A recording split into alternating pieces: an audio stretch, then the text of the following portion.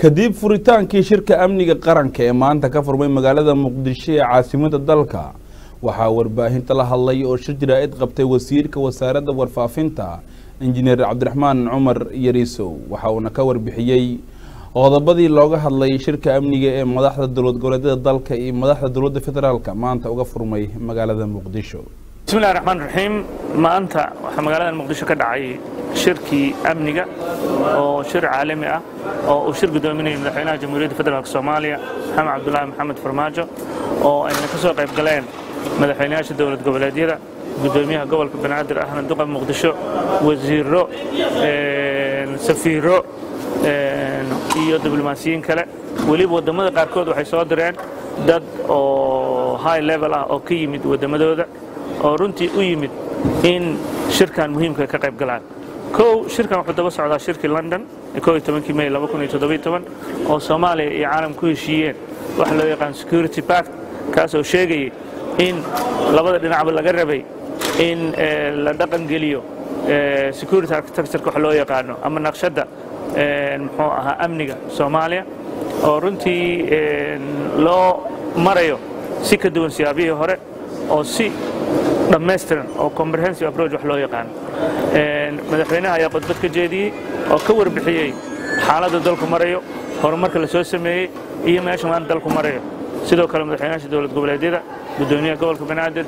iyo wasiirka amniga wasiirka gaashaandhigga wasiirka arrimaha gudaha dhammaantood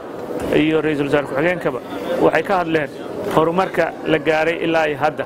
shirkan wuxuu shir lagu qiimeeyay horumarka la gaaray May ilaa hadda caqabadaha looga hadlayo isla markaana la isku raacay sidii hore loogu wada socon lahaa waxyaalaha ugu muhiimsan ka soo baxday waa saddex arin in la dhaqan geliyo naqshada amniga oo heerka qaran ah national security architecture labo waxa ka soo baxday in ciidamada Soomaaliya loo diyaariyo inay kala wareegaan amniga kuwa AMISOM taasoo lagu xiray hadba sida ay macquulka u tahay caalamkana laga codsaday inay taageeraan sidii Soomaaliya ugu diyaar garoobi lahayd inay la wareegto amnigeed iyo ugu dambeyntii in beesha caalamku ay ballan qaadeen in Soomaaliya oo isdiyaarisay qorshaheedii la timid inay ayagana dhaqan gelin doonaan intaas ka sokow waxa meesha laga sheegay in madaxweynuhu uu shir gudoomiyay afar golaha amniga qaranka oo ay ku jiraan madaxweynaha dawlad goboleedka tan iyo intii Febraayo madaxweynuhu la doortay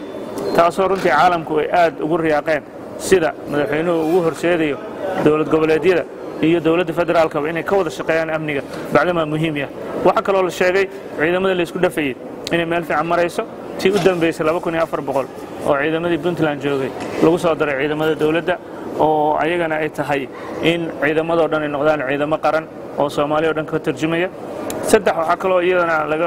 meesha laga xusay laguna guuleystay in la sameeyo qiimeyn xaaladda dhabta ciidamada ku sugan yihiin operational readiness assessment oo wasiir ku-xigeenka gaashaandhigga uu tagay gobollo badan oo ka mid ah halkaasna lagu soo qiimeeyay ciidamada iyo sida diyaarka ugu yihiin arrimahaas ka sokow waxa kale oo la isla qaray in muxuu ahaa ka hortagga fikirka xag jirka iyadana inay tahay tallaabo kale oo hore loo qaaday oo la diyaariyay istiraatiijiyadii heerka qaran iyo qorshe howleedkii iyadana dhawaan la dhaqan gelin doono markaan soo koobo maanta beesha caalamkan waxay cadeeyeen sida uga go'an tahay inay arrimaha amniga ugu soo jeestaan Soomaaliya waxay cadeysay sida ay u rabto si Soomaalinimo ah inay hoggaanka u qaataan marka intaas ayuu ahaa shirki aad iyo aad u mahadsan